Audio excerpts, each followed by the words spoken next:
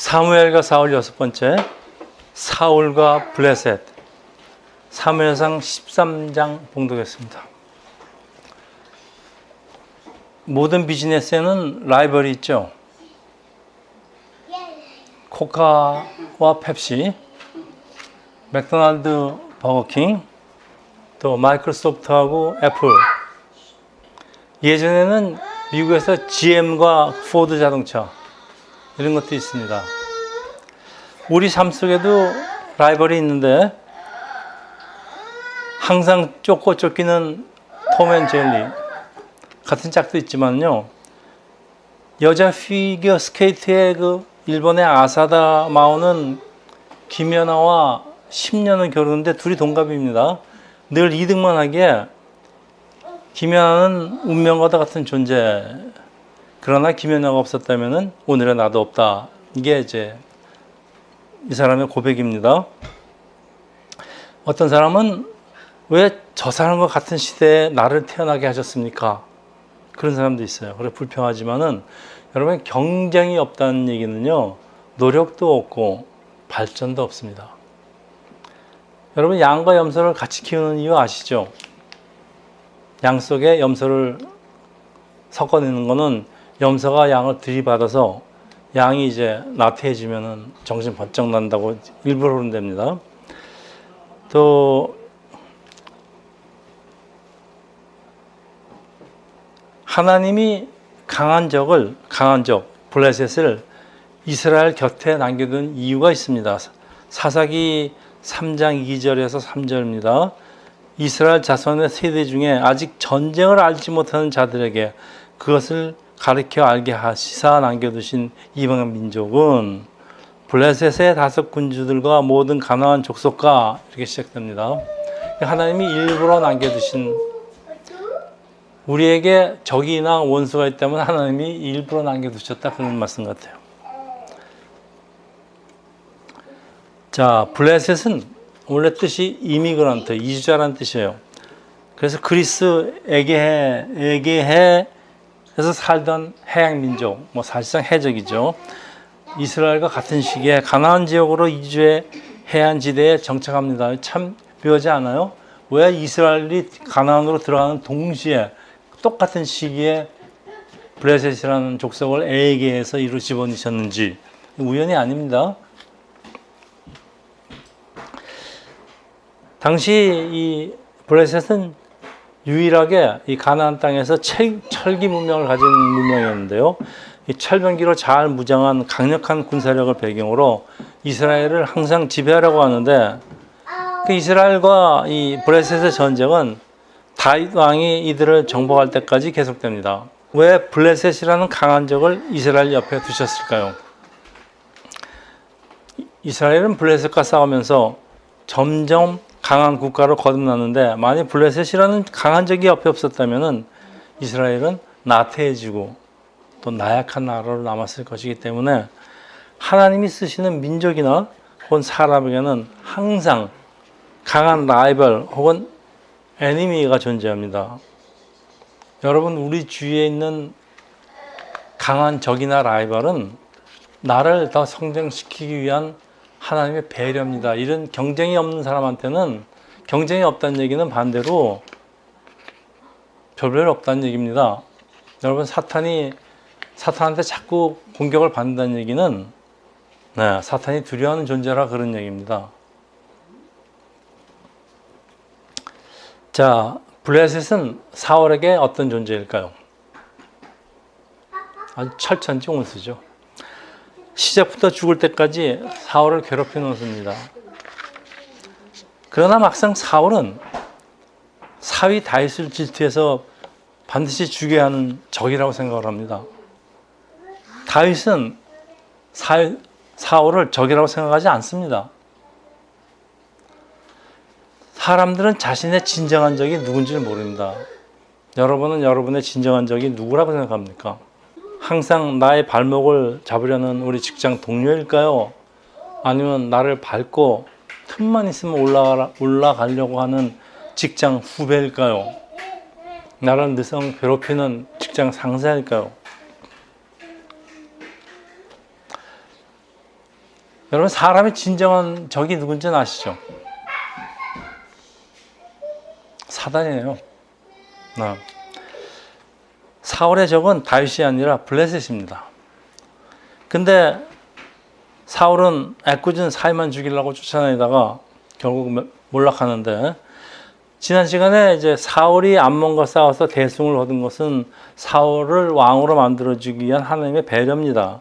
근데 오늘 본문에 사울의 아들 요나단이 블레셋을 선제 공격하고 침공에 구실을 주는데, 이스라엘의 적인 블레셋은 그렇지 않아도 호시탐탐 이스라엘을 넘보고 있던 블레셋인데, 블레셋은 사울이 왕으로 있는 동안에 사울을 괴롭히다가, 시작부터 괴롭히다가 사울이 죽을 때까지 사울이 블레셋 손에 죽습니다. 몰락을 가져옵니다.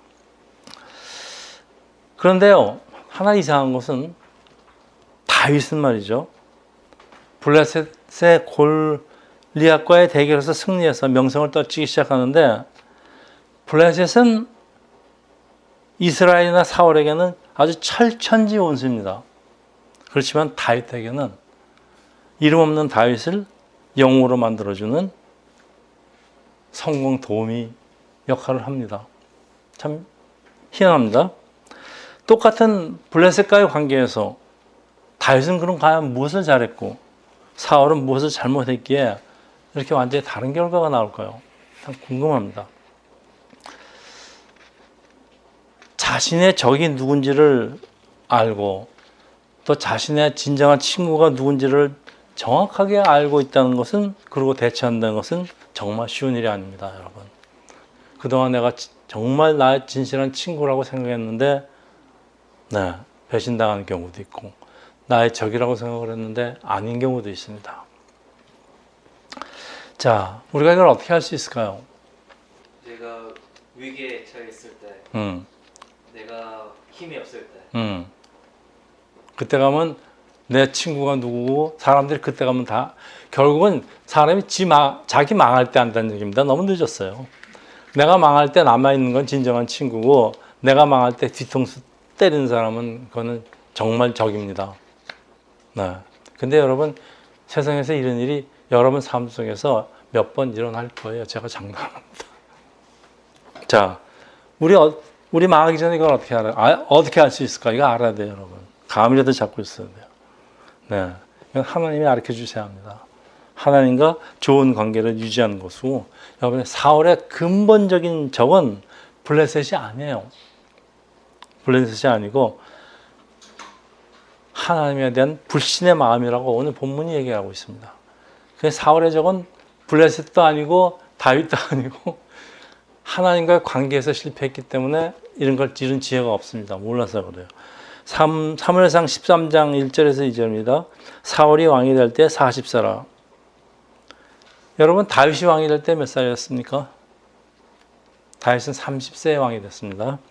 그가 이스라엘을 다스린 지 2년에 이스라엘 사람 3,000명을 택하여 그 중에서 2,000명은 자기와 함께 막바스 베델 산에서 있게 하고 1,000명은 요나단과 함께 베냐민 기브에 있게 하고 남은 백성은 각각 각기 장막으로 보내니라.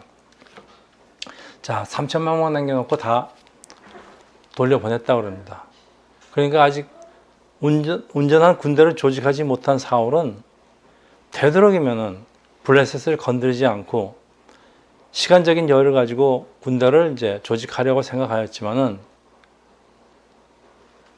초대 이스라엘 왕으로서 무엇보다도 중요한 것은 이스라엘을 이끌어가는 그 원칙을 확실히 하는 겁니다. 이 원칙에 서 있지 않으면은 우왕지양 갈팡질팡하게 되어 있습니다. 자, 원칙은 뭔가? 세상의 방법대로 왕을 할 것인가, 아니면은 하나님의 말씀대로 내가 왕을 할 것인가. 자, 이 선택은 사람의 몫입니다. 선택은 사울의 몫입니다. 그 이스라엘 왕은 처음부터 사람이 아닌 하나님의 능력으로 나사를 다스리는 원칙을 세워야 하는데 자기 생각으로 결정을 합니다.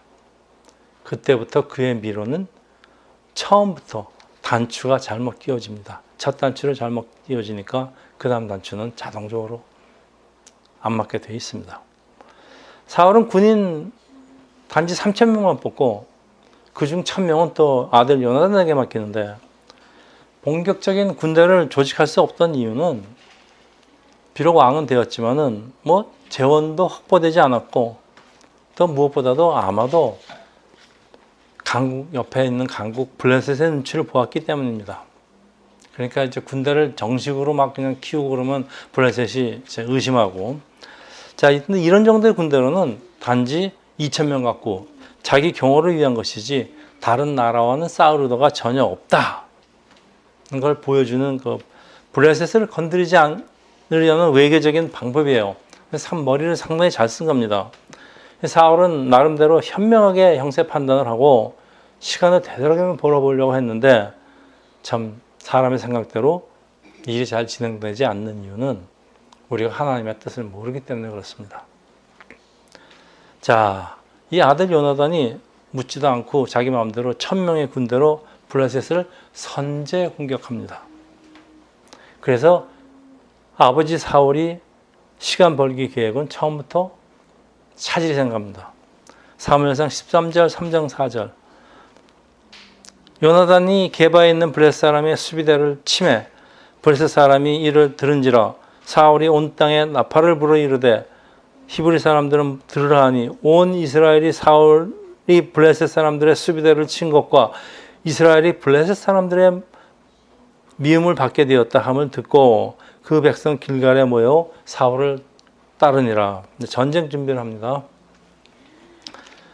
블레셋은 이스라엘을 식민지로 두고 영구 지배를 하려고 하고 있는데 이스라엘이 왕을 세우는 걸 그러지 않아도 의심스러운 눈으로 보고 있는데 요나단이 블레셋을 선제 공격하고 그러지 않아도 기회를 보고 있었는데 잘 됐다. 이제 구실을 줍니다. 우리나라에도 가끔 이런 일이 일어납니다. 자, 사울왕은 강국 블레셋을 상대하는데 현실적인 문제를 참 중요시했습니다. 내가 이제 천천히 외교적인 방법으로 전쟁할 생각이 없다는 걸 보여주면은 우리 쳐들어오지 않겠지. 그런데 아들 요나단은 생각이 달라요. 앞도 재지 않고 마땅히 이 블레셋이라는 거는 하나님 백성으로서 하나님 땅에서 쫓아내야 한다고 생각합니다. 자, 이런 생각의 차이는 어디서 올까요?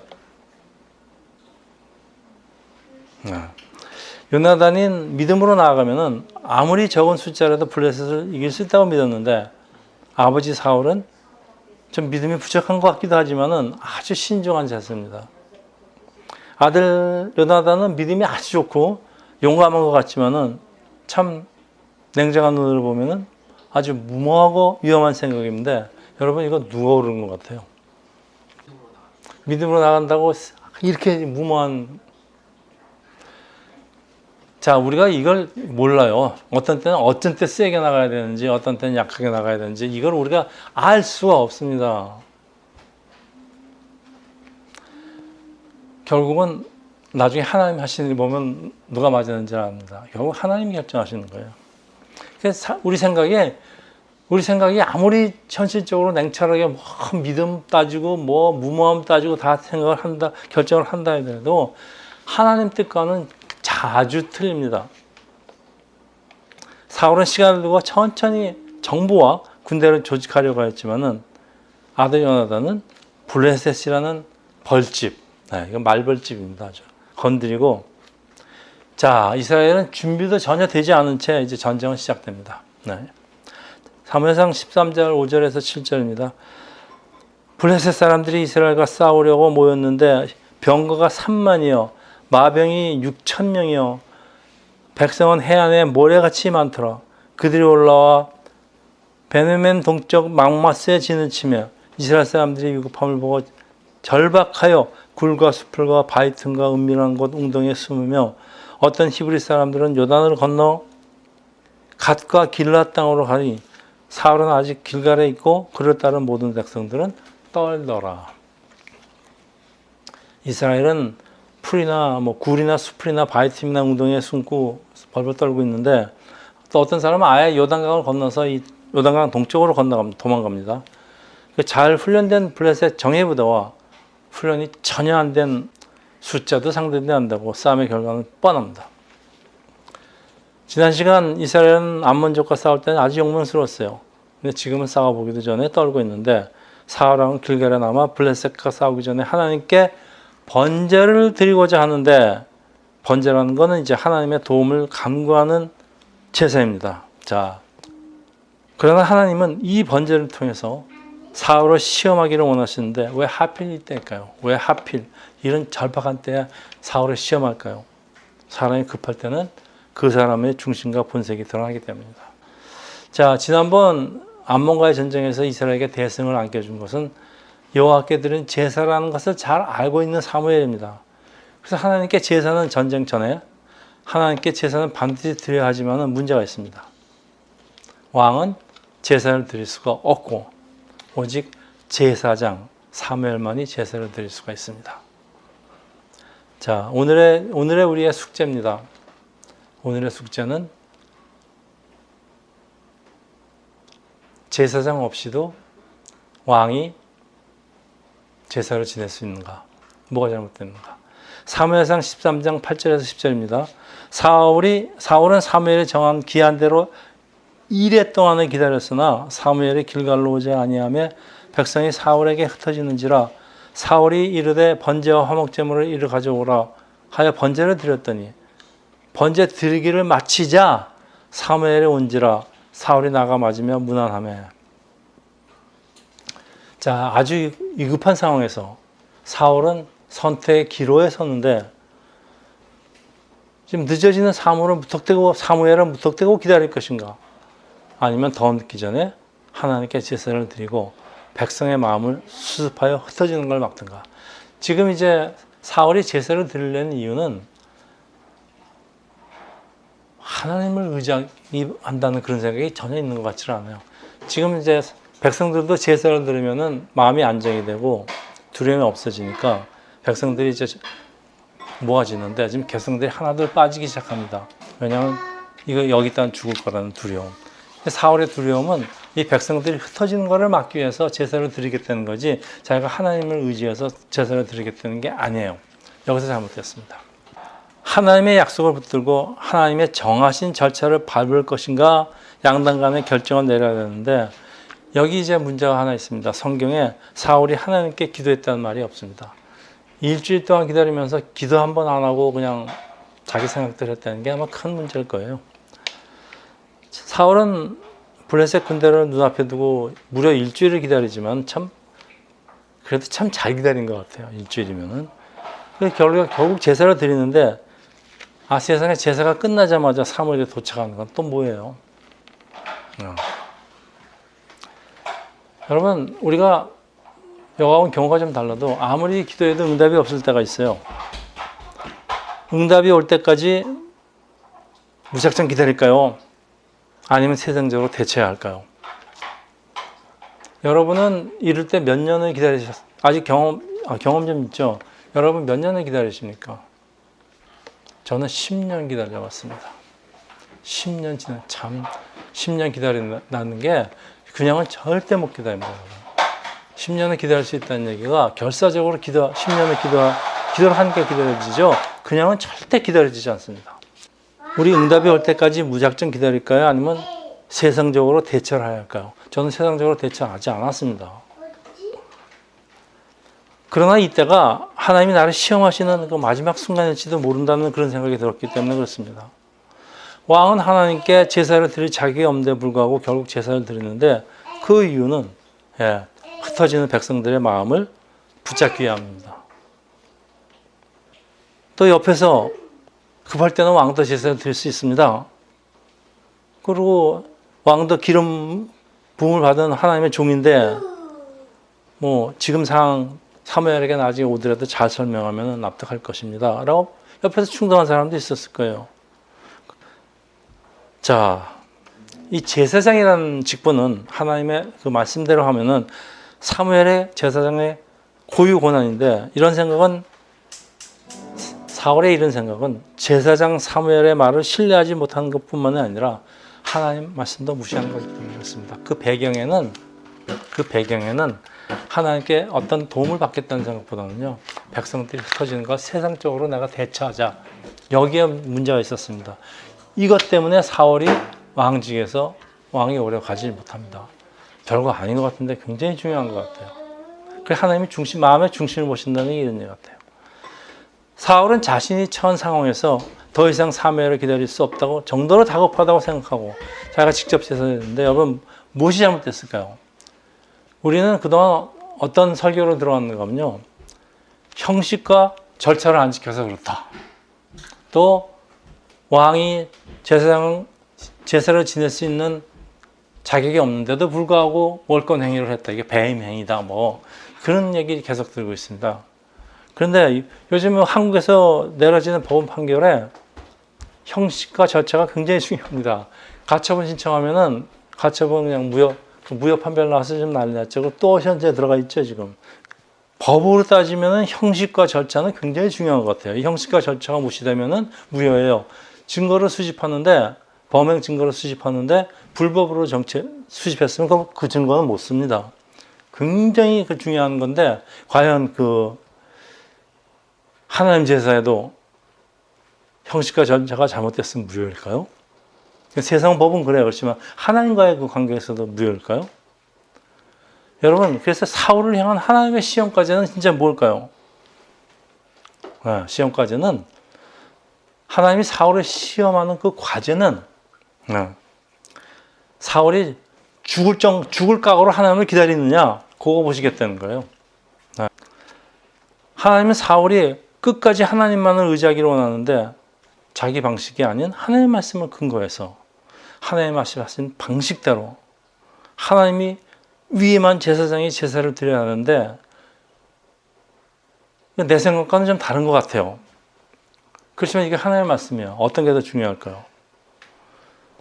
여러분 아무리 우리가 평소에 하나님이 인정한다고 해도 결정적인 순간에 하나님께 목숨을 걸지 않으면은 여러분 이런 시험에는 절대 합격할 수 없습니다. 여러분 평소에 아무리 공부를 잘해도 막상 시험장에 가서 엉뚱한 답을 쓴다면은 우리 많이 그러죠. 다 소용이 없습니다. 시험 잘 봐야지. 사울은 기도하며 하나님의 말씀을 붙들고 죽게 되면 죽으리라 죽음을 통과해야지 하나님이 인정하신 신앙인데 그래서 제가 신앙은 자세라고 계속 말씀드리는 이유입니다. 그리고 하나님 약속에 all in 베팅한 거예요. 그러니까 죽으면 죽으리라. 죽으면 죽으리라 할 때 하나님이 넌 안 죽어 그러시는 거예요. 그 지가 먼저 죽어버리면 하나님도 할 수 없습니다. 신앙은 나 죽으면 죽을래 그러고 베팅하는 게 신앙이에요, 여러분. 그거 보고 하나님이 감탄하시는 거예요. 하나님이 아브라함 보고 네 아들 외아들 독자를 죽여라. 그러니까 아브라함이 뭐랍니까? 죽이는 거예요, 그냥. 그러니까 그냥 천사가 놀라고서 아브라함아. 예. 여러분 이거 옛날 얘기가 아니고 이 성경에 나와 있는 얘기가 아니고 지금도 일어나는 일입니다. 여러분 베팅하세요. 어떤 때는 그래 내가 죽으면 저는 그렇게 베팅을 했습니다. 내가 미국 땅에서 굶어 죽겠니? 그랬어요. 여러분 그런 베팅이 있을 때 하나님의 역사가 일어납니다. 여러분. 하나님의 역사는 꼭 돈하고 연결된 건 아닙니다. 그렇다고. 자, 13장 10절에서 13절입니다. 사무엘이 이르되 왕이 행하신 것이 무엇이냐니 사울이 이르되 백성은 내게서 흩어지고 당신은 정한 날 안에 오지 아니하고 불평까지 합니다.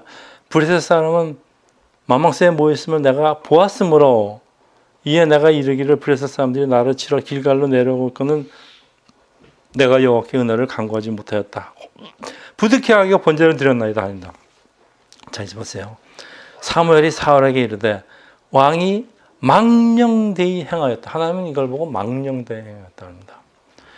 왕의 하나님 여호와께서 왕에게 내리신 명령을 지키지 아니하였도다.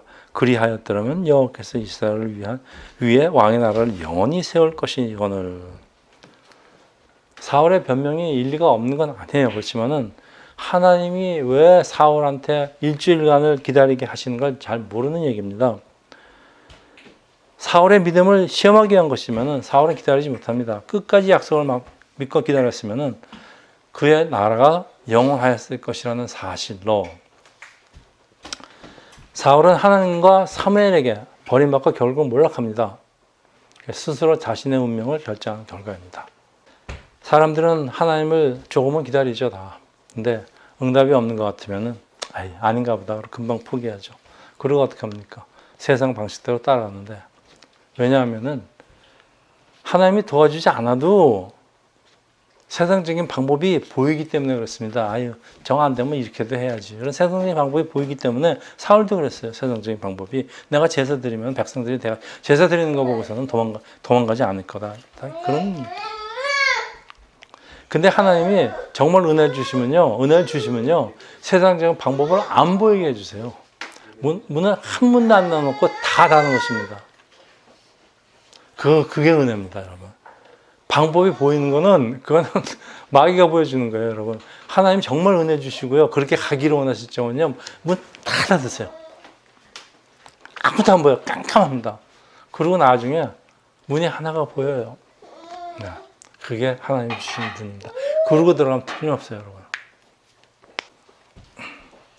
이제 말씀을 마치겠는데, 사울은 더 이상 기다리면 안 된다는 세상적인 판단을 내리고 결국 자기가 주관해서 번제를 드리는데, 자, 오늘 본문 말씀이 우리가 설교에 들어왔던 것처럼 사울의 형식적이고 율법적인 잘못을 말하는 게 아니라고 저는 생각을 합니다.